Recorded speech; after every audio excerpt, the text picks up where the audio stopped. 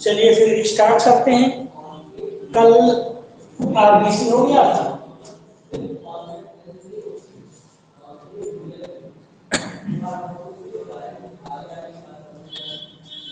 थोड़ा सा समझ लीजिए कल आपने क्या पढ़ा था। ब्लड स्टार्ट किया गया था, है ना। ब्लड के कंपोनेंट्स चल रहे थे। कंपोनेंट्स में सॉलिड पार्ट और लिक्विड पार्ट, दो कंपोनेंट्स होते हैं ब्लड के, solid as well as liquid. तो सॉलिड के तीन पार्ट होते हैं फर्दर, आप जानते हैं, आरबीसी, डब्ल्यूबीसी और प्लेटलेट्स। इन तीनों को मिला के collectively known as blood cells, एक शब्द में नाम दिया जाएगा ब्लड सेल्स। और जो लिक्विड पार्ट्स होता है उसमें प्लाज्मा पाया जाता है, प्लाज्मा जिसको आप नाम देते हैं ब्लड प्लाज्मा, और इसके अंदर डिफरेंट टाइप्स की प्लाज्मा प्रोटीन पाई जाती है और वाटर पाया जाता है। 90 to 92% नियर अबाउट वाटर था और 7 to 8% प्लाज्मा प्रोटीन। बाकी ट्रेसेस में oxygen, CO2, hormones, amino acids, bilirubin, ये सारी चीज पाई जाती है। तो ये कंपोजिशन आपने देखा था। और कल हमने स्टार्ट किया था आरबीसी। आरबीसी के बारे में आपने देख लिया था कि आरबीसी क्या होती है, इनका शेप कैसा होता है, काफी पॉइंट इसमें लिखा था। और आरबीसी का जो कंपोजिशन होता है, आपने बताया था कि आरबीसी में जो हीमोग्लोबिन आ पाया रहा है, जाता है, जी बेटा ब्लर हो गया है। एक मिनट,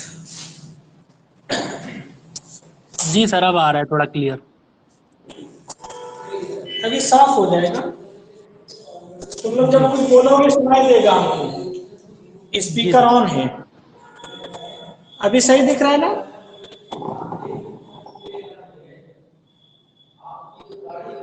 क्लियर हुआ?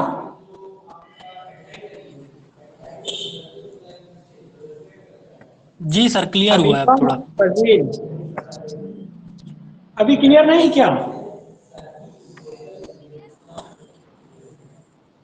अब तो दिखाई दे रहा है।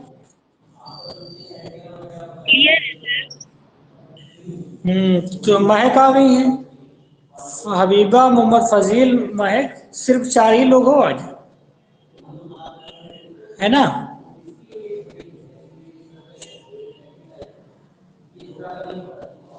पढ़ाई फिर आगे।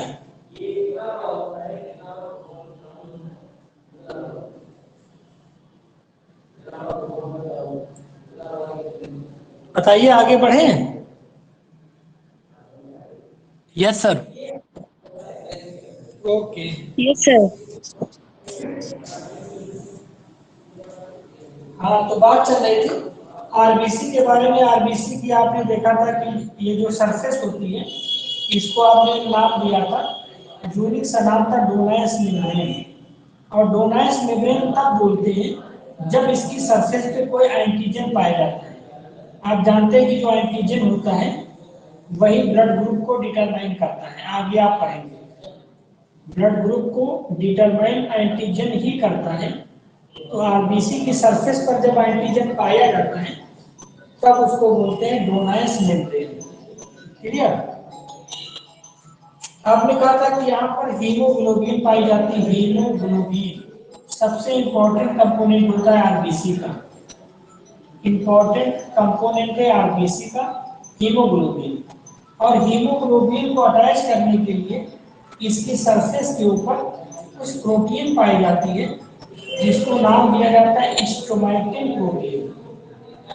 स्ट्रोमाटिन प्रोटीन, ये जो स्ट्रोमाटिन प्रोटीन होती है यही बाइंडिंग साइट होती है हीमोग्लोबिन की।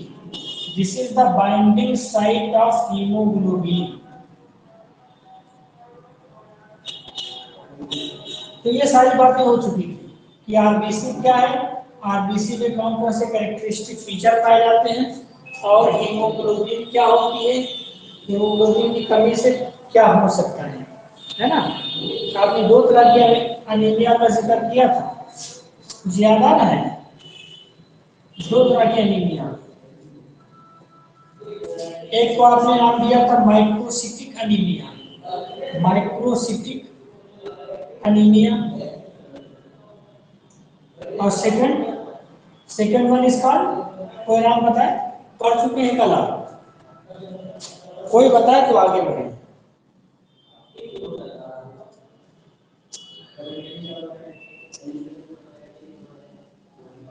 हीमोग्लोबिन की कमी की वजह से सर ये शरीर आयरन की डेफिशिएंसी से होता है। कौन सा, सर ये मैक्रोसिटिक एनीमिया। हाँ आयरन की कमी से होता है, तो आयरन कहाँ पाया जाएगा, हीमोग्लोबिन के अंदर ही तो पाया जाएगा बेटा। Yes sir. तो अभी हीमोग्लोबिन हम बता रहे हैं ना कि हीमोग्लोबिन की कमी की वजह से एक तो माइक्रोसिटिक अनीमिया होता है, और दूसरा भी हमने पढ़ाया था, दूसरा कौन सा होता है माहिर, तुम बताओ। Megaloblastic anaemia. Megaloblastic, megaloblastic yes sir. Anaemia, right. चलिए, तो ये सारी पुरानी बातें थी। आज हम लोग इसी के आगे करेंगे आरबीसी का डेवलपमेंट, बहुत इंपॉर्टेंट टॉपिक है, और यहाँ से दो तीन क्वेश्चन बनते हैं नीट के लिए।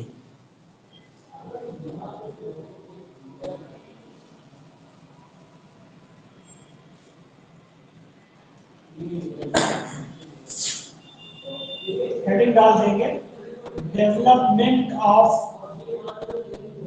आरबीसी, आरबीसी का डेवलपमेंट हम लोग देखेंगे। हेडिंग डाल दीजिए, दिख रहा है सबको।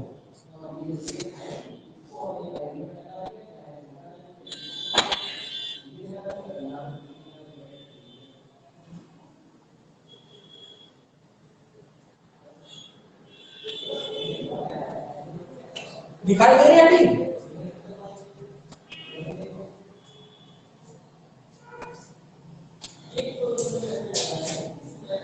चलिए, ठीक है, डेवलपमेंट ऑफ आरबीसी। आरबीसी तो आप जानते हैं कि बाई कॉन्केव होती है, बाई कॉन्केव आरबीसी होती है ना। और आरबीसी को बनाने वाली जो सेल होती है उसको बोलते हैं माइलोब्लास्ट, माइलोब्लास्ट सेल। ये इसकी मदर सेल होती है जो आरबीसी को बनाती है। कैसे बनाएगी वही हम लोग देखेंगे। माइलोब्लास्ट सेल ये एक तरह की स्टेम सेल होती है, स्टेम सेल। स्टेम सेल क्या होती है, स्टेम सेल का डायग्राम यहाँ बना देते हैं। ये देखिए, ये लॉन्ग बोन मैरो है,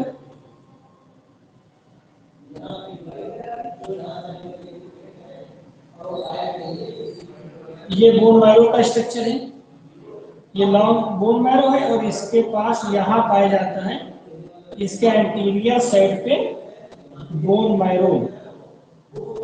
जी जी, जो भी लॉन्ग बोन होती है आपकी बॉडी के अंदर उसके एंटीरियर एंड पर पाई जाती है बोन मैरो, और जो बोन मैरो होती है यही फॉर्मेशन करती है ब्लड का, और आरबीसी ब्लड का एक कंपोनेंट होता है। ब्लड का सबसे इंपॉर्टेंट कंपोनेंट आरबीसी माना जाता है। तो हम लोग आरबीसी की बात करेंगे, तो इस बोन मैरो के अंदर बहुत सारी सेल्स पाई जाती हैं, इस तरह से बहुत सारी सेल्स पाई जाती हैं, है ना। इनको बोलते हैं कनेक्टिव सेल्स, और इस टिश्यू को नाम दिया जाता है कनेक्टिव टिश्यू। ये क्या है? कनेक्टिव टिश्यू है। इसमें जो सेल पाई जाती है वो सेल कहलाती है कनेक्टिव सेल। और कनेक्टिव सेल ये स्पेशल टाइप की सेल्स होती है, इनको नाम देते हैं स्टेम सेल। Stem cell. तो बोन मैरो के अंदर जो सेल्स पाए जाएंगे उनको बोलेंगे स्टेम सेल। और स्टेम सेल की ये खास बात होती है कि ये किसी भी प्रकार की सेल में कन्वर्ट हो सकती है, किसी भी प्रकार की सेल में ये चेंज हो सकती है। और इस प्रॉपर्टी को नाम दिया जाता है प्लूरिपोटेंट स्टेम सेल। इस प्रॉपर्टी को बोलते हैं प्लूरिपोटेंट, और स्टेम सेल तो है ही, तो नाम दिया जाएगा प्लूरिपोटेंट स्टेम सेल। ये पाई जाएगी बोन मैरो के अंदर। ये जो सेल आपको दिख रहे हैं ये यही सेल्स हैं। क्लियर है क्या? इसी सेल को हमने यहां से निकाल के यहां लिख दिया है, यहां से आइसोलेट किया और हमने यहां पर लिख दिया।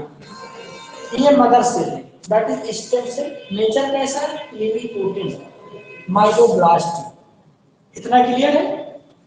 अब देखेंगे ये थोड़ा सा बड़ी होगी, चेंजेस होगी, मतलब मॉर्फोलॉजी में इसके चेंज आएगी, खाएगी पिएगी और ये सेल थोड़ा सा ग्रोथ करेगी। तब इस सेल को बोलेंगे प्रो इरेथ्रोब्लास्ट सेल्स। प्रो इरेथ्रोब्लास्ट सेल्स ये कहां पाई जाती है? इसका एक पॉइंट लिख लो कि प्रेजेंट इन आरबीएम। आरबीएम का मतलब क्या हुआ? Red bone marrow. Red bone marrow. Actually bone marrow दो प्रकार का होता है, डिवाइड होता है। यहां से मैंने लाइन खींची थी, तो ऊपर का भाग आरबीएम कहलाता है और नीचे वाला जो पोर्शन होता है ये थोड़ा सा येलो कलर का दिखाई देता है, तो बोलते हैं येलो बोन मैरो। वाईबीएम आरबीएम। तो ये माना जाता है ये आरबीएम और ये वाईबीएम। ये माना जाता है कि आरबीएम आरबीसी का फॉर्मेशन करती है और कई तरह की डब्ल्यूबीसी का फॉर्मेशन ये करता है, और वाईबीएम लिम्फोसाइट का फॉर्मेशन करती है।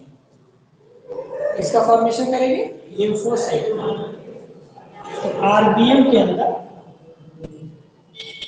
एक तो आरबीसी आ जाएगी, डब्ल्यूबीसी की कुछ सेल्स आ जाएंगी और प्लेटलेट्स आ जाएंगे। इन तीन तरह की सेल्स को बनाएगी आरबीएम। और वाईबीएम सिर्फ और सिर्फ लिम्फोसाइट को बनाती है। लिम्फोसाइट आगे भी क्लियर हो जाएगा।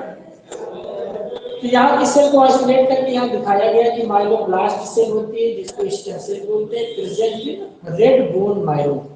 ठीक, ये खाएगी पिएगी, थोड़ा सा ग्रोथ होगी, इसके अंदर चेंजेस आएंगे, तब नाम दिया जाएगा प्रो इरेथ्रोब्लास्ट सेल। क्या बोला जाएगा? Proerythroblast cell. क्लियर? अब ये proerythroblast cell mitotic division करती है, undergo mitotic division and they form erythroblast cell. Erythroblast cell ये फॉर्मेशन करेगी इरेथ्रोब्लास्ट सेल,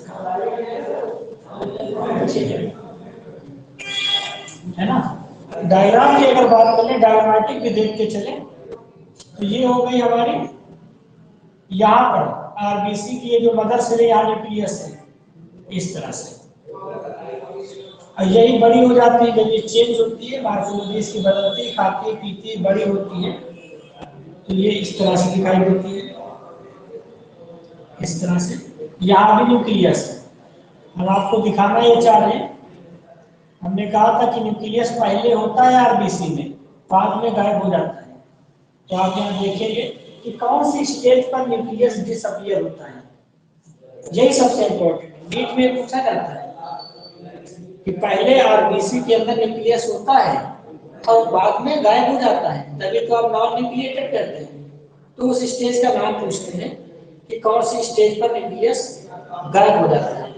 फाइब्रोब्लास्ट में न्यूक्लियस था, जब ये चेंज हो गए, बड़ी हो गई, नाम दिया गया प्रोइरेथ्रोब्लास्ट न्यूक्लियस है। अब इसमें माइटोटिक डिवीजन होगा, बहुत सारे सेल बनेंगे, इरेथ्रोब्लास्ट सेल है ना, बहुत सारे सेल बनेंगे इसमें, माइटोटिक डिवीजन होगा। माइटोटिक डिवीजन में आप जानते हैं कि 1 से 2 बनती है, फिर 2 से 4, 4 से 8, इस तरह से रिपीटेड डिवीजन होता है, और मल्टीपल के फॉर्म में सेल अपने नंबर को बढ़ाती है। ठीक है, हर एक सेल को नाम दिया जाएगा इरेथ्रोब्लास्ट सेल। और यहाँ पर एक पॉइंट आप लिखेंगे, हीमोग्लोबिन सिंथेसिस स्टार्ट।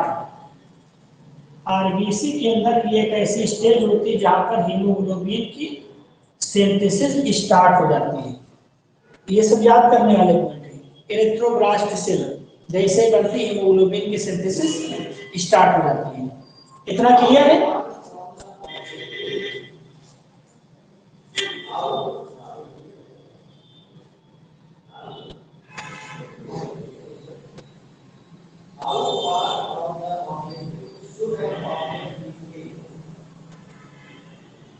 कोई बताए बेटा?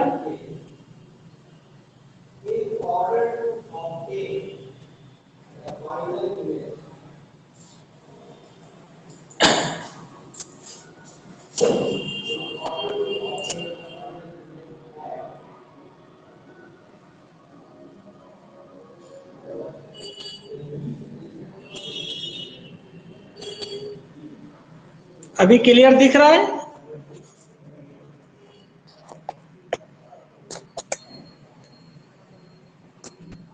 Yes sir. यस सर, दिख रहा है। ठीक है, समझ में आ रहा है ना? Yes sir. आगे फिर समझिए, बोलते रहा करो, जी जब सर। पूछा करें आपको सुनाई देता है, स्पीकर ऑन है। देखिए, इरेथ्रोब्लास्ट सेल में हीमोग्लोबिन की सिंथेसिस स्टार्ट हो जाती है यहाँ पर, राइट। अब देखेंगे डेवलपमेंट हम पढ़ रहे हैं ना, इरेथ्रोब्लास्ट सेल आगे फर्दर चेंज हो जाएंगे मेटा इरेथ्रोब्लास्ट में। मेटा इरेथ्रोब्लास्ट सेल में, मेटा इलेक्ट्रोब्लास्ट सेल में कन्वर्ट हो जाती है। यहाँ पर हीमोग्लोबिन की सिंथेसिस मैक्सिमम होती है। 2 क्वेश्चन बन गए आपके, कहाँ पर स्टार्ट होगी और किस स्टेज पर हीमोग्लोबिन की सिंथेसिस सबसे ज्यादा होगी। तो मेटा इलेक्ट्रोब्लास्ट सेल को नॉर्मोब्लास्ट सेल भी कहते हैं, नॉर्मोब्लास्ट सेल। इस जगह पर आके हीमोग्लोबिन की सिंथेसिस मैक्सिमम हो जाती है। इतना क्लियर है?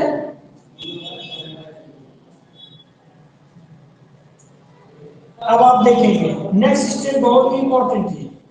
अगली स्टेप बहुत इंपॉर्टेंट है। मेटा इलेक्ट्रोब्लास्ट क्लियर है?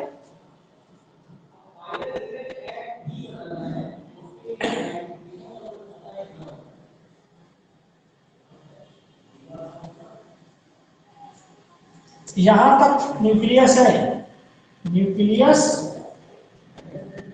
प्रेजेंट। अब जब मेटा इलेक्ट्रोब्लास्ट सेल बदल जाएगी रेटिक्यूलोसाइट, अपने अंदर मार्फोलॉजिकल चेंजेस लाएगी और बदल जाएगी रेटिक्यूलोसाइट में। यहीं पर न्यूक्लियस लॉस होता है, loss of nucleus, loss of nucleus. ये सबसे इंपॉर्टेंट जगह है। रेटिक्यूलोसाइट जैसे बनती है, ये न्यूक्लियस को छोड़ देती है, त्याग देती है, रिट्रैक्ट कर देती है, और रेटिक्यूलोसाइट कम्स इन सर्कुलेशन, और फिर ये सर्कुलेशन में आ जाती है, कम्स इन सर्कुलेशन। तो जब सर उधर नहीं आ रहा है बोर्ड पर। यहाँ तक नहीं आता है?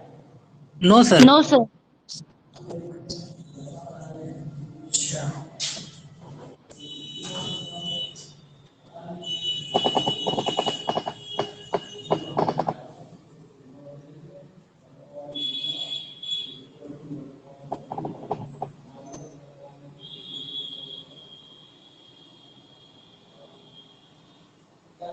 अभी दिख रहा है?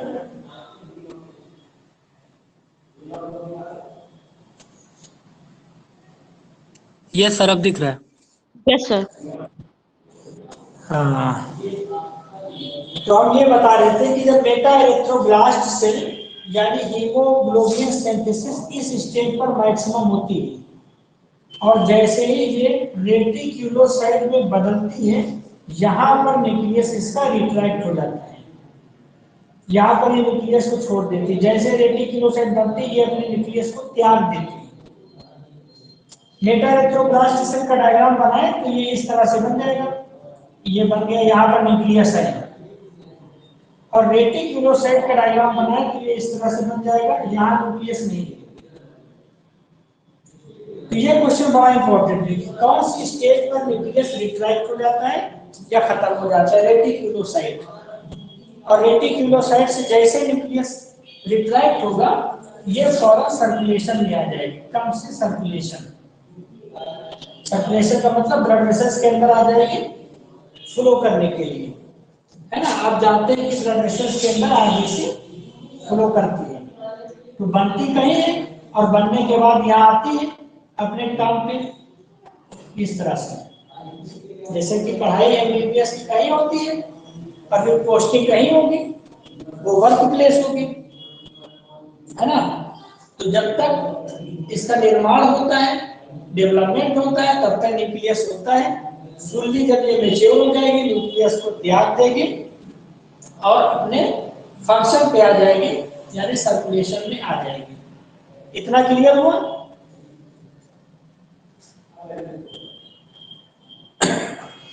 यहाँ पर 4 पॉइंट इंपॉर्टेंट है। सबसे पहला पॉइंट, हीमोग्लोबिन सिंथेसिस किस स्टेज पर स्टार्ट होती है? एरिथ्रोब्लास्ट सेल पर स्टार्ट होती है। आरबीसी सेल की मदर सेल को हमने myeloblast cell, that is stem cell, ये मदर सेल है जो आरबीसी का फॉर्मेशन करती है। ठीक है, हीमोग्लोबिन की सिंथेसिस मैक्सिमम कौन सी स्टेज पर है? मेटाएरिथ्रोब्लास्ट या नॉर्मोब्लास्ट। और कौन सी स्टेज पर न्यूक्लियस गायब हो जाता है? रेटिक्यूलोसाइट।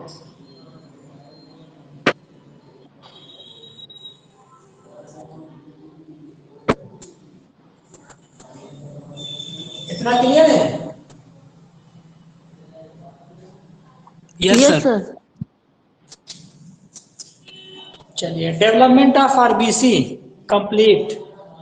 डेवलपमेंट ऑफ आरबीसी कंप्लीट हो गया। यहाँ पर आपने 4 क्वेश्चंस देखे हैं, चारों बड़े इंपॉर्टेंट हैं।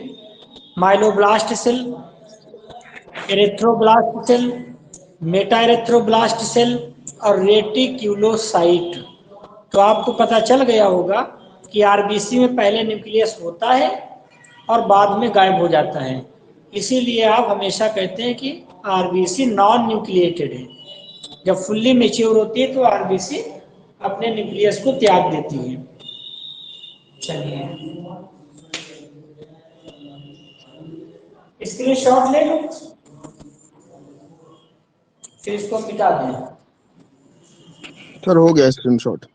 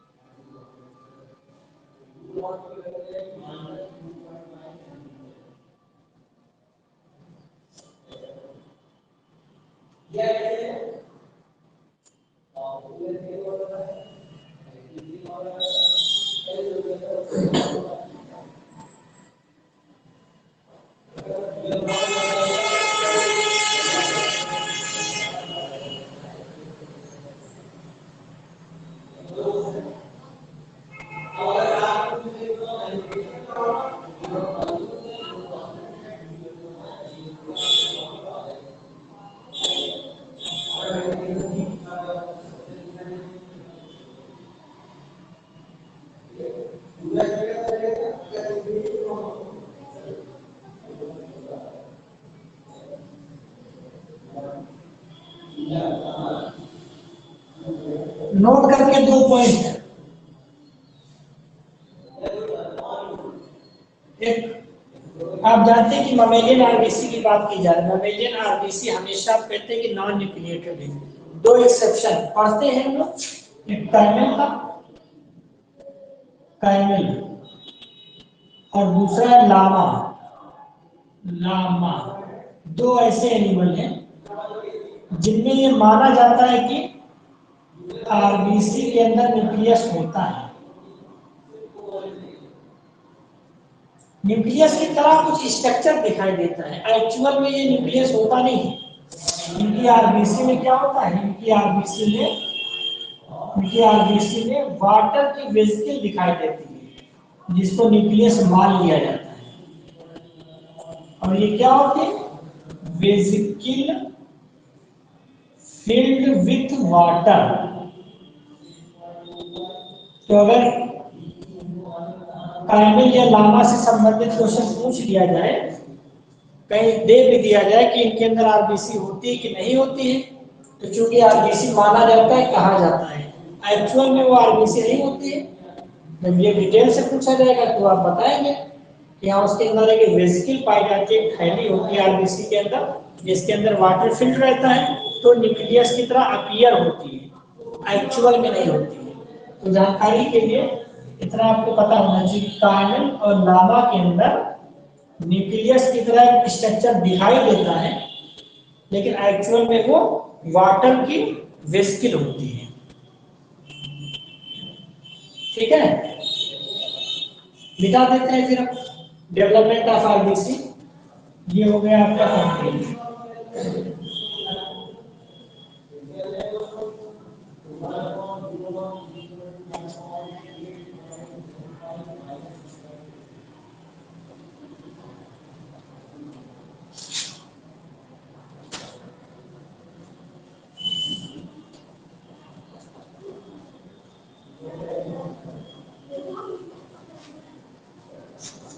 बताइए, कुछ लोग आज भी ऑनलाइन घर से क्लास नहीं कर पा रहे हैं, मतलब मौका मिल जाए घूमने फिरने टहलने का बस।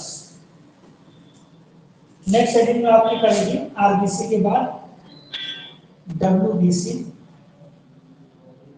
White blood कार्पसेल्स।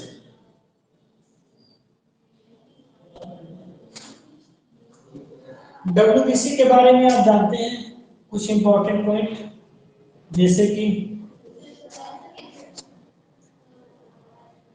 Amoeboid in shape, इनका जो शेप होता है जस्ट लाइक अमीबा, है ना, टेढ़ा मेढ़ा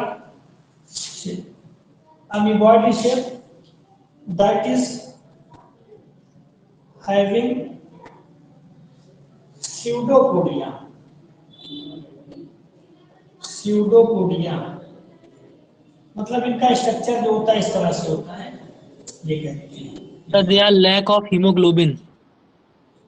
वेरी गुड।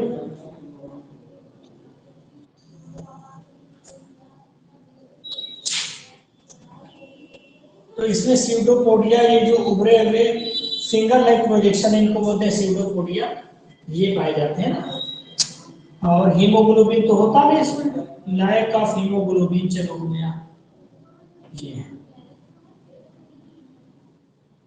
और सबसे इंपॉर्टेंट जो बात है वो है कि फाइब्रोसिटिक इन नेचर, मोस्टली इनका नेचर कैसा होगा, फाइब्रोसिटिक होगा। और एक टर्म इनके लिए यूज किया जाता है, शोज डाइपेडिसिस। सर सेब के बाद क्या लिखा है? किसके बाद, shape. Like of HP, haemoglobin की कमी होती है, फाइब्रोसिटिक इन नेचर, मोस्टली मोस्टली इनका नेचर फाइब्रोसिटिक होता है। और लास्ट पॉइंट बड़ा इंपॉर्टेंट है, शोज डाइपेडिसिस। शेप के बाद दैट इज लिखा हुआ है। ये that is amoeboid shape, that is having pseudopodia.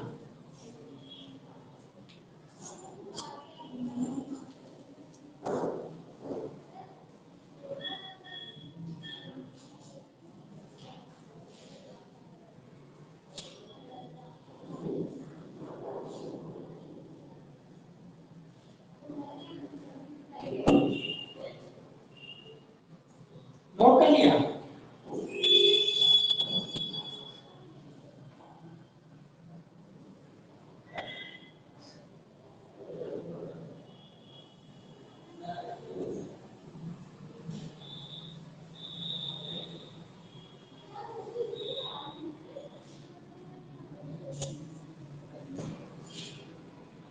फाजिल, कोई और पॉइंट डब्ल्यूबीसी का जो सबसे इंपॉर्टेंट हो?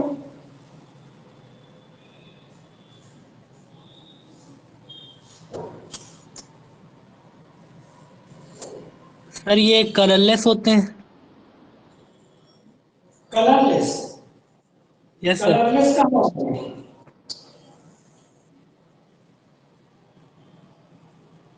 Yes sir.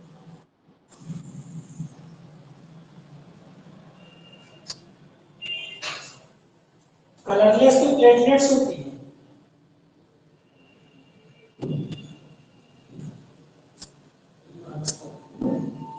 सर डब्ल्यूबीसी भी तो कलरलेस होते हैं। कुछ कलरलेस होती है, बाकी कलर हो जाती है। अभी हम स्टेट बताइए करेंगे, ये दिखाएंगे आपको कि कैसे स्टेट ओके होती सर। है ना? Yes sir. न्यूक्लिएटेड सेल्स होती है। नंबर इनका कितना होता है? Normal range of WBC is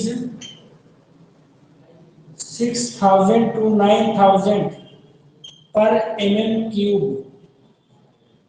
है ना? जबकि आरबीसी का नंबर आपने पढ़ा था 5 to 6 मिलियन। 5 to 6 million. इनका रेशियो बहुत पहले पूछा जाता था सीपीएनटी में कि रेशियो ऑफ आरबीसी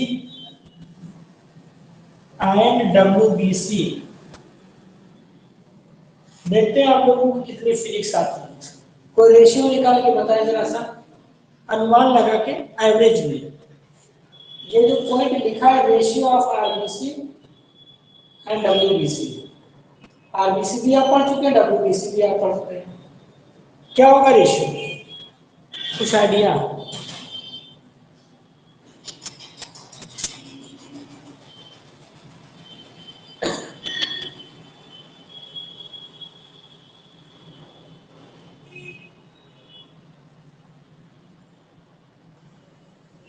देखते हैं सबसे पहले आंसर किसका आता है।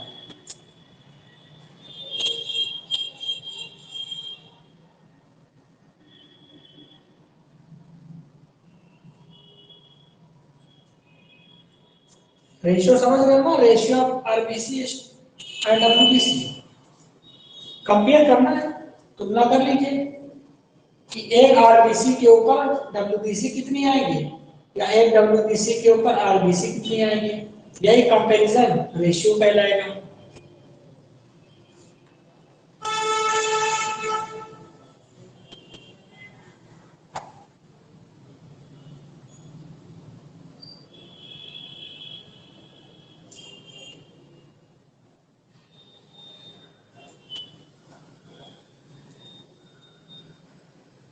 छह सौ अनुपात 1, 600:1, ये है इसका रेशियो। आरबीसी डब्ल्यूबीसी की तुलना में 600 गुना ज्यादा है, 600 गुना ज्यादा। अब 6000 को या 9000 को 600 से मल्टीप्लाई करोगे तो आरबीसी का नंबर आ जाएगा 9 6 9 6 14, और ये 1 2 3 4 5 इतने जीरो हो गए, है ना? तो ये तो 5 मिलियन हुआ। 50 लाख को 5 मिलियन कहेंगे। 1 million is equal to 10 lakhs, है ना? तो 5 मिलियन से इसका क्या मतलब हुआ? 50 लाख। समझे कि नहीं समझे? मैं तुम लोगों की बहुत कमजोर है, थोड़ा भाग नहीं कर पाते। देखते हैं किसके समझ में आ जा रहे हैं।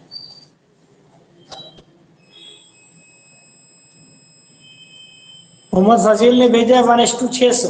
ये क्या है? 1 क्या है, 600 क्या है? सर 1 आरबीसी और 600 डब्ल्यूबीसी। क्या बात कर रहे हो? रेशियो देखो क्या लिखा है, ऐसे अंदाजा लगाओगे? होगा 1 WBC होगा। 1 डब्ल्यूबीसी और 600 RBC. Very good. Yes sir. मतलब एक डब्ल्यूबीसी के ऊपर आरबीसी 600 आ रही है, यही का रेशियो है। इतना क्लियर है?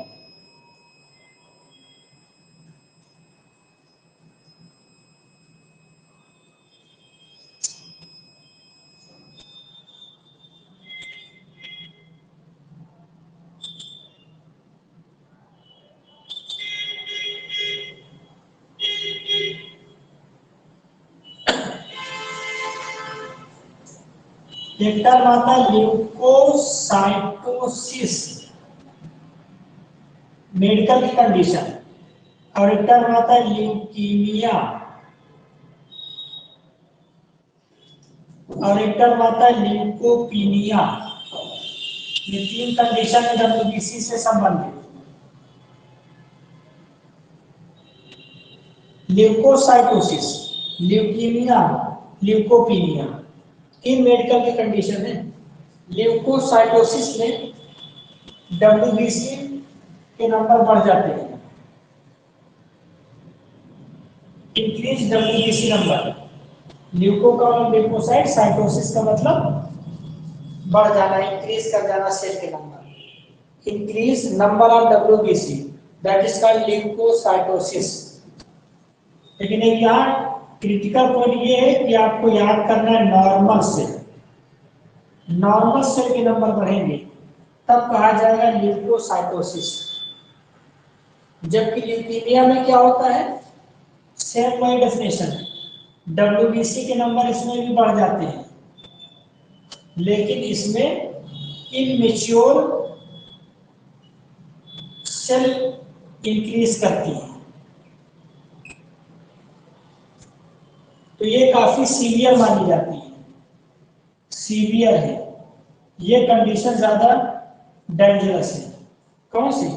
ल्यूकीमिया, क्योंकि यहां पर इमेच्योर डब्ल्यूबीसी के नंबर इंक्रीज कर जाते हैं, जिसको आप नाम देते हैं। इतना क्लियर है? ये दोनों में अंतर समझ में आ रहा है, नॉर्मल सेल और immature cell.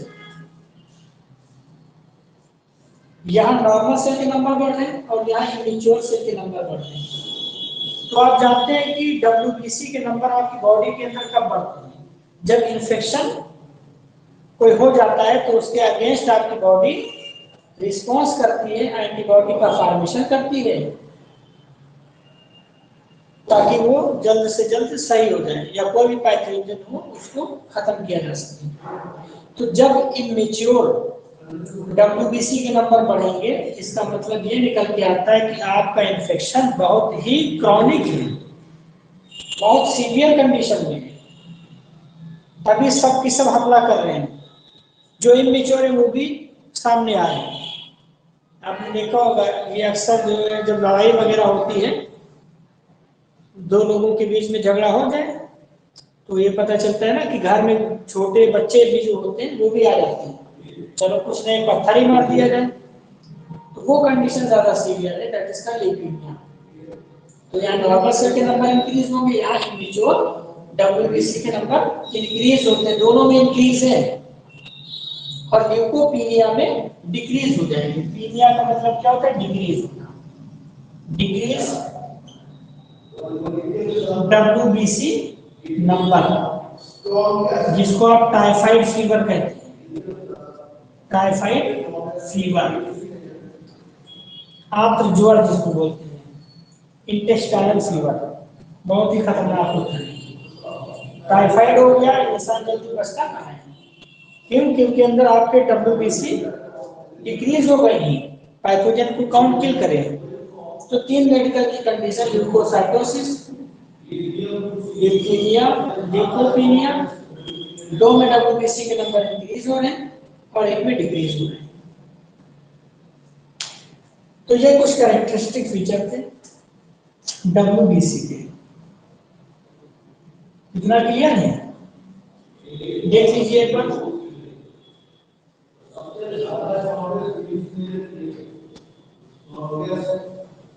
Yes sir, clear है। एक पॉइंट आपको बताएं, ये शो डाइपेडिसिस बहुत इंपॉर्टेंट है, ये इंपॉर्टेंट पॉइंट है और सबसे खास बात मानी जाती है डब्ल्यूबीसी की। शोज डाइपेडिसिस प्रोसेस या मैकेनिज्म। तो ये डाइपेडिसिस प्रोसेस क्या है, कोई बताएगा? डब्ल्यूबीसी इसी चीज के लिए जानी जाती है, डाइपेडिसिस मैकेनिज्म के लिए, डाइपेडिसिस प्रोसेस के लिए। इधर देखो, ये ब्लड वेसल्स है और ब्लड वेसल्स के अंदर आरबीसी पाई जा रही है और डब्ल्यूबीसी भी पाई जा रही है। ये डब्ल्यूबीसी है। डब्ल्यूबीसी तो वॉन्डरिंग किया करती है, घूमा करती है इसी के अंदर, है ना? ये सब घूमा करती है, ये सब क्या है जो अमीबा लाइक बनी, ये डब्ल्यूबीसी है। सर एलिमेंट्री कैनाल के अंदर भी तो डायपेटिसिस मूवमेंट के थ्रू ब्लड मतलब आगे बढ़ता है। पेरिस्टालसिस मूवमेंट, यो sir, yes sir, peristalsis movement के जरिए। Sir sorry sir. है ना? ये डायपेटिसिस दूसरा है। डायपेटिसिस, डायपेटिसिस को ट्रांस माइग्रेशन भी कहते हैं। ट्रांस माइग्रेशन, ट्रांस का मतलब होता है चेंज होना, माइग्रेशन का मतलब मूव करना। अब इसको समझिएगा, जब आपकी बॉडी के अंदर किसी भी टिश्यूज या सेल के ऊपर पैथोजन अटैक करता है तो वहां पर ब्लड वेसल्स भी पाई जाती है, ये ब्लड वेसल्स है, और यहीं पर आपकी ये बहुत सारी सेल्स बनी हुई है ना? भाई इन सेल्स को नरिशमेंट कौन देता है? ब्लड देता है ना? तो पता चला कि जब किसी सेल्स के ऊपर कोई इस तरह से बना देते हैं, ये आ गया, किसी सेल के ऊपर पैथोजन का अटैक हो गया या किसी टिश्यूज के ऊपर पैथोजन का अटैक हो गया जी, बस उसके अगेंस्ट तुरंत ये जो डब्ल्यूबीसी होंगे ये माइग्रेट कर जाएंगे, ब्लड वेसल से निकल के कहाँ जाएंगे? टिश्यू के अंदर आ जाएंगे। इस माइग्रेशन को नाम दिया जाएगा ट्रांस माइग्रेशन और इस प्रोसेस को बोलते हैं डायपेटिसिस। तुरंत ब्लड वेसल से निकल के डब्ल्यूबीसी टिश्यूज के अंदर, और जहां भी इसका दुश्मन होगा उसको मार देंगे, मारने के बाद फिर पहुंच जाएंगे अपनी जगह पर। ये देखिए, इस तरह के मूवमेंट को बोलते हैं ट्रांस माइग्रेशन या डायपेटिसिस फिनोमेना या प्रोसेस। तो ब्लड वेसल्स के अंदर ये वार्निंग किया करती है, उनके आसपास जो सेल्स होती है, टिश्यूज होती है, कहीं पर अगर कोई प्रॉब्लम होती है तुरंत ये पुलिस की तरह वहां पहुंचती है और धर दबोचती है और फिर वापस अपनी जगह, ये इनका काम होता है। तो बड़ा इंपॉर्टेंट फिनोमेना है डायपेटिसिस का। ये डब्ल्यूबीसी का एक यूनिक फीचर होता है जिसके लिए जानी जाती है। सारे पॉइंट क्लियर हैं?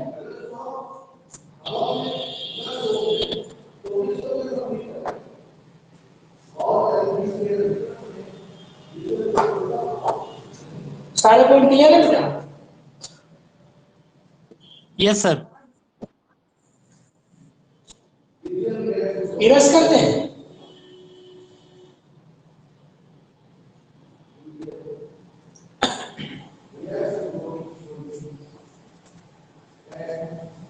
महक, हबीबा, इरेज करते हैं? नो सर, अभी फिगर नहीं बनाया, बना रहे हैं।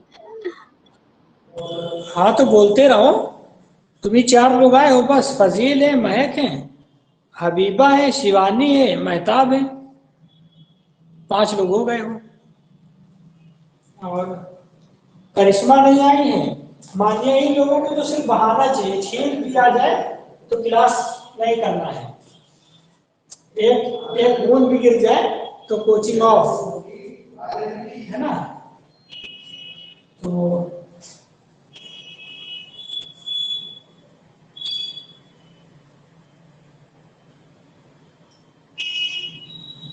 स्क्रीनशॉट ले लिया तो स्क्रीनशॉट नहीं आती क्या? सही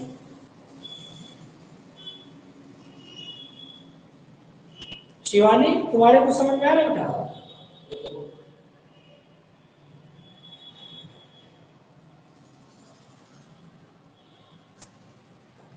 आ रहा है सर, आ रहा है। चलिए ठीक है।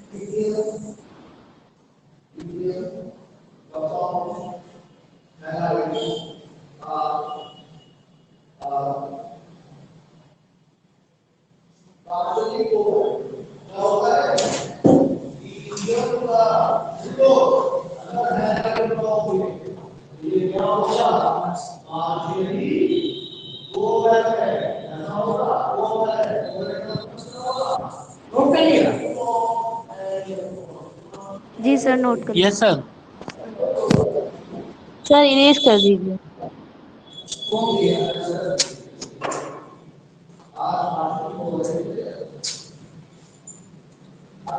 अब आपका नेक्स्ट टॉपिक है क्लासिफिकेशन ऑफ डब्ल्यूबीसी।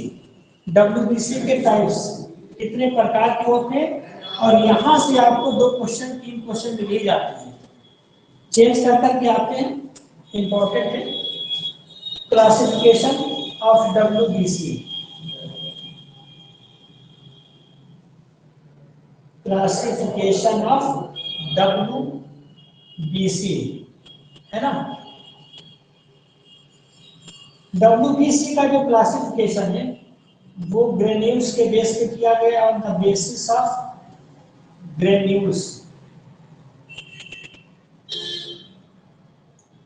ग्रेन्यूल्स किसका बना होगा? ये लाइसोसोमल ग्रेन्यूल्स का। लाइसोसोमल ग्रेन्यूल के बेस पे डब्ल्यूबीसी को 2 पार्ट में डिवाइड किया जाएगा, इस तरह से। एक वो सिर्फ जिनके पास ग्रेन्यूल्स पाया जाएगा, और दूसरी वो सिर्फ जिनके पास ग्रेन्यूल्स नहीं होगा। तो जिनके पास ग्रेन्यूल्स होगा उनको बोलेंगे ग्रेनुलोसाइट, और जिनके पास नहीं होगा उनको बोलेंगे अग्रेन्युलोसाइट। अग्रेन्युलोसाइट इनके पास नहीं होगा, और इनके पास होगा ग्रेन्युलोसाइट।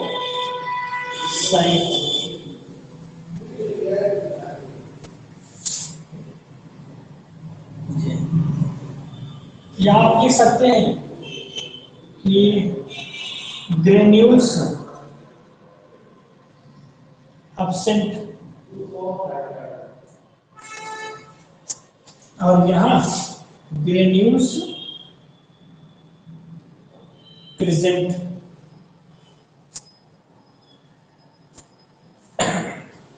जो अग्रेन्युलोसाइट होगी ये फर्दर 2 टाइप्स की होगी।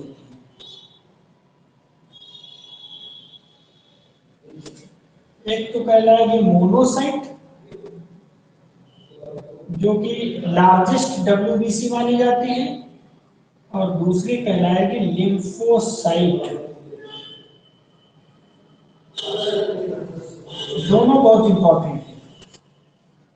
और जो ग्रेन्युलोसाइट है इनको further on the basis of staining इनको क्लासिफाई किया गया है, on the basis of staining. अभी फजील कह रहे थे कि इनको कलर नहीं किया जाता है, कलरलेस होती है, यहाँ कलर जरूर किया जा रहा है। स्टेनिंग का मतलब कलर करना, कलरिंग प्रोसेस। तो जिनके पास ग्रेन्यूल्स होंगे उनको कलर किया जा सकता है, और कलर के बेस पर ही इनको 3 भाग में डिवाइड करते हैं। एक को बोलते हैं न्यूट्रोफिल, न्यूट्रोफिल। एक को बोलते हैं एसिडोफिल, एसिडोफिल या ऑक्सीफिल, और एक को बोलेंगे basophil.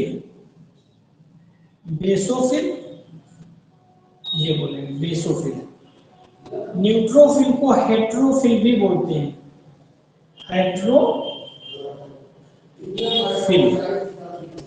On the basis of staining granulocyte can be classified into following three categories: neutrophil, acidophil, basophil. नाम से पता चल रहा है न्यूट्रोफिल, एसिडोफिल, मतलब इसको हम लोग एसिडिक डाई से कलर करेंगे, स्टेन विथ एसिडिक डाई, जिसको बोलते हैं इओसीन। इओसीन एसिडिक डाई है, इससे इसको कलर कर सकते है ना। बेसोफिल को हम बेसिक डाई से कलर कर सकते हैं, मिथाइलिन ब्लू,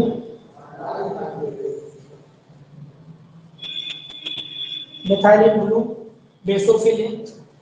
और न्यूट्रोफिल में दोनों डाई का यूज करते हैं, एसिडिक प्लस बेसिक, इसीलिए इसको न्यूट्रोफिल कहते हैं। ये तीनों पार्ट क्लियर है? स्टेन समझ में आया?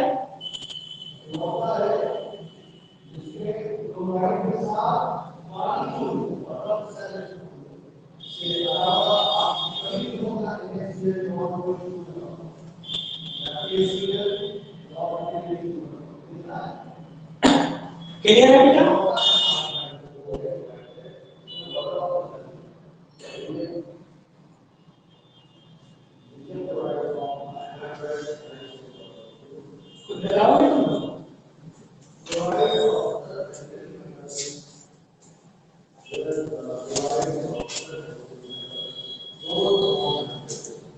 इतना क्लियर है?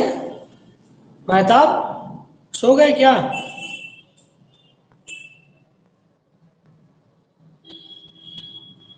सर मेहताब डिस्कनेक्ट हो गए। हाँ, मोहम्मद फजील, इतना क्लियर है sir? Yes sir. Yes sir. जी सर। देखिए यहाँ पर जितना ये इम्पोर्टेंट है डाई वाला पॉइंट, उससे कहीं ज्यादा इम्पोर्टेंट है कि इन सेल में न्यूक्लियस किस टाइप का होता है, न्यूक्लियस का शेप कैसा होता है, ये काफी इम्पोर्टेंट है ना, कि न्यूक्लियस का शेप कैसा होता है। ये पांचों जब किसी में न्यूक्लियस का शेप हम लोग देखेंगे और वो आपको याद करना है, बहुत ही इम्पोर्टेंट है।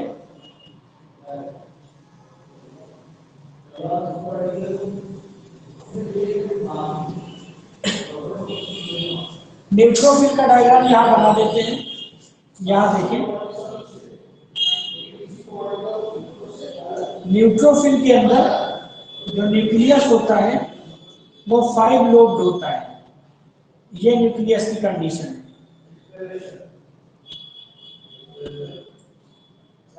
5 लोब्ड है, 5 लोब्ड न्यूक्लियस, ये आपको याद करना है। कहां पर? न्यूट्रोफिल में 5 लोब्ड न्यूक्लियस। एसिडोफिल में जो न्यूक्लियस है वो बाइलोब्ड है, बाइलोब्ड न्यूक्लियस है, bilobed nucleus acidophil, and both lobes are connected by threads, एक धागे से दोनों कनेक्ट रहते हैं। और जो बेसोफिल में न्यूक्लियस होता है, बेसोफिल में वो होता है डंबल शेप का,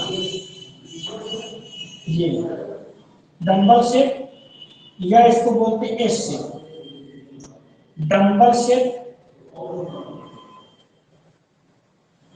या एस शेप।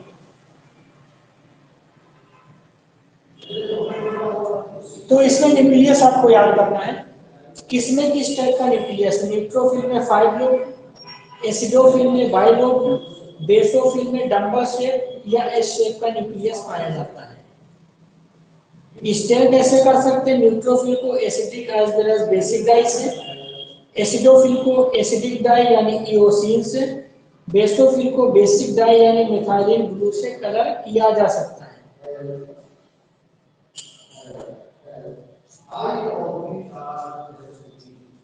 इतना क्लियर है?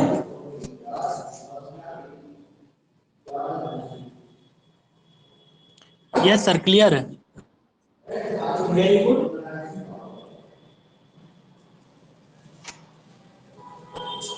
इसका जो परसेंट टोटल होता है 70 to 75% होता है। 70 से 75% ये और 25 से 30% ये पाई जाती है।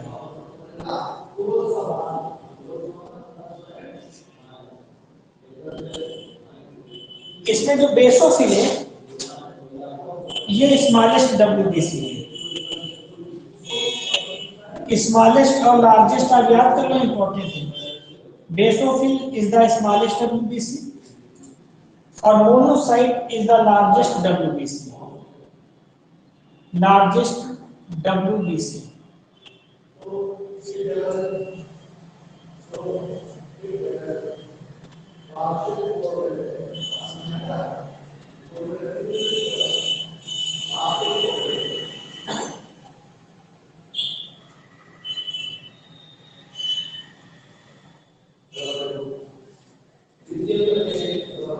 लिम्फोसाइट, मोनोसाइट का डायग्राम देखें। मोनोसाइट का डायग्राम, मोनोसाइट में न्यूक्लियस किडनी शेप का होता है इस तरह से।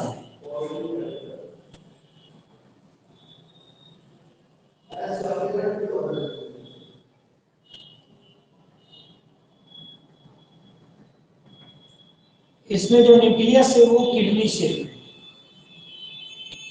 किडनी शेप न्यूक्लियस मोनोसाइट में। लिम्फोसाइट में जो न्यूक्लियस होता है वो काफी बड़ा सा होता है और स्फेरिकल होता है इस तरह से, सबसे बड़ा होता है स्फेरिकल न्यूक्लियस। स्फेरिकल न्यूक्लियस या वेजिकुलर, वेजिकल के फॉर्म में, वेजिकल फॉर्म, गुब्बारे की तरह थायराइड, बड़ा सा न्यूक्लियस होता है। लिम्फोसाइट 30% में 25% तो सिर्फ लिम्फोसाइट पाई जाती है और 5% में मोनोसाइट। मोनोसाइट की दो खास बातें, एक तो लार्जेस्ट है, किडनी शेप न्यूक्लियस है, और तीसरा phenomena shows microphages. Shows microphages, important line है। MACROPHAGES, microphages. इसका मतलब ये होता है कि ये ग्रुप में, झुंड में इकट्ठा हो जाते हैं।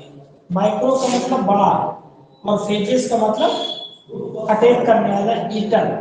तो ये बहुत सारे, जैसे कोई बहुत बड़ा सा पैथोजन आ जाए और उसको इनको किल करना है तो ये क्या करेंगे, ये बहुत सारी अकेले इसके चारों तरफ इस तरह से फैल जाएंगे और फिर चारों तरफ से हमला कर देंगे, इसको खत्म कर देंगे। इस गैदरिंग को बोलते हैं माइक्रोफेजेस।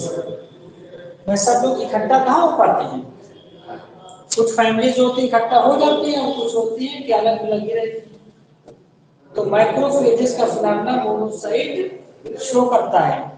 अगर इनको किसी के ऊपर अटैक करना है और इनसे ज्यादा ताकतवर कोई पैथोजन है, तुरंत ये सब ग्रुप बना के इकट्ठा होके हमला करेंगे और उसको खत्म करेंगे। इस फिनोमेना को बोलते हैं माइक्रोफेजेस, है ना। सेल्स को बड़ा कर लेना और उसके बाद अटैक करना दुश्मन के ऊपर। तो इस तरह से मोनोसाइट की तीन बातें, largest WBC, kidney shape nucleus, shows microphages phenomena.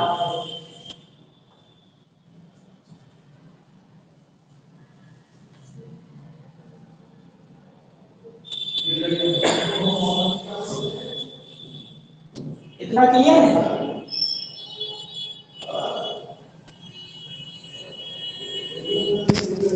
Yes sir. जहाँ Yes, sir. किडनी शेप लिखा, किडनी शेप, इसके लिए एक शब्द यूज करते हैं हॉर्स शू शेप, और भी एक शब्द यूज करते हैं, यहाँ पढ़ चुके रेनी फॉर्म, और एक शब्द यूज करते हैं पेरी फॉर्म। तो ये सब शेप है, reniform, piriform, horseshoe shape, kidney shape, एक ही बात है। जहां भी इस शेप की बात करेंगे वहां ये चारों नाम एक साथ चलेंगे, कोई भी इसमें टर्म आए आप उसी को समझेंगे। क्लियर है?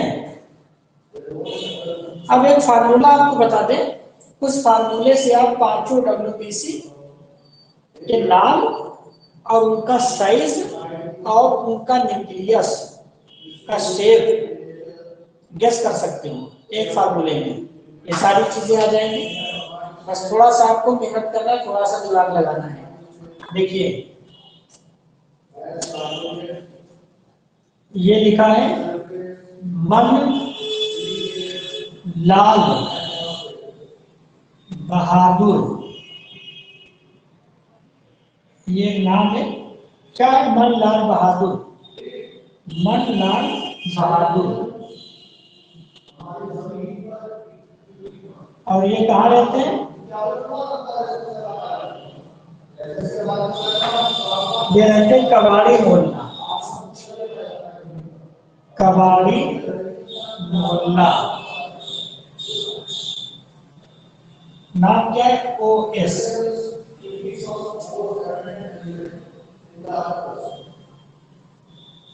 है ना? इतना क्लियर है? कबाड़ी मोहल्ला OS। रिपीट करके बताओ क्या लिखा है?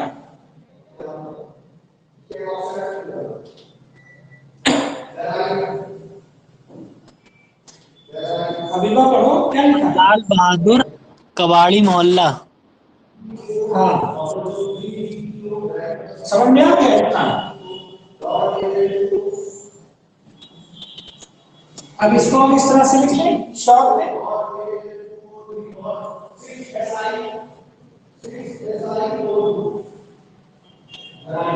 यहां से लिखें तब दिखाई देगा। मन लाल बहादुर, मन लाल बहादुर, है ना? MANLB,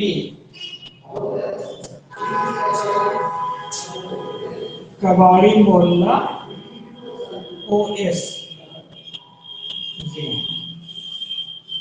इसी का शॉर्ट फॉर्म मन लाल बहादुर कबाड़ी मोहल्ला OS। ठीक है? अब इसको कोरिलेट करें। ये डिक्रीजिंग ऑर्डर है, decreasing order of WBC। Decreasing order of WBC में अरेंज हो गया। कैसे? सबसे बड़ी मोनोसाइट, M फॉर मोनोसाइट, है ना?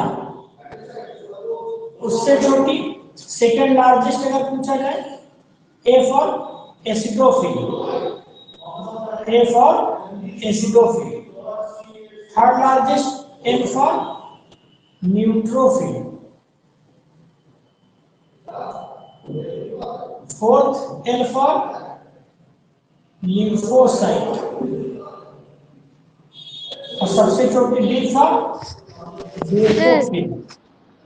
हाँ, सर थोड़ा इसको क्लियर करके लिख दीजिए, बहुत होश हो रहा है। अच्छा ये मिटा दें? Yes sir. आज फार्मूला समझ गए तुम, है ना?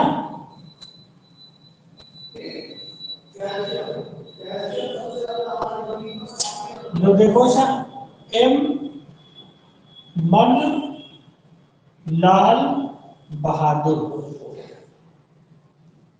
कबाड़ी मोहल्ला OS। दिख रहा है? Clear? Yes sir.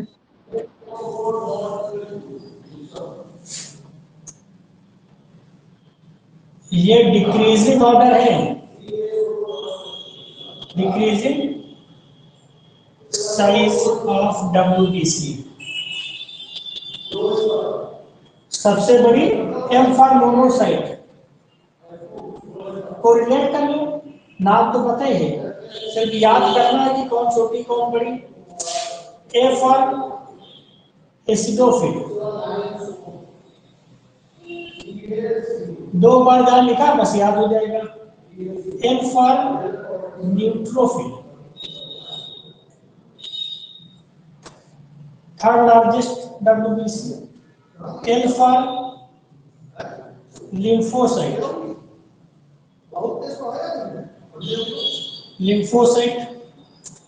B for basophil,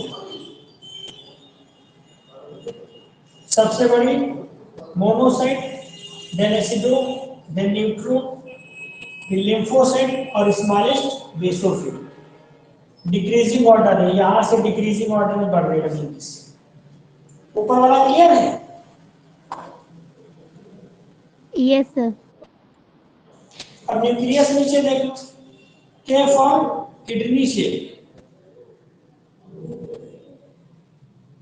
monocyte में न्यूक्लियस किडनी शेप का। B for bilobe,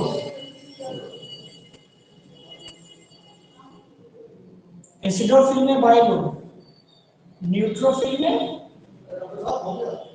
मेनिलोब, right. Lymphocyte में स्फेरिकल जीरो शेप, और बेसोफिल में एस शेप या डंबल शेप,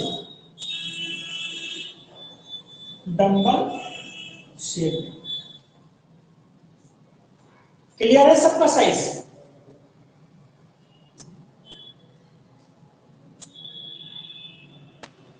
ये सेंटेंस एक बार लिखिएगा और प्रैक्टिस करना।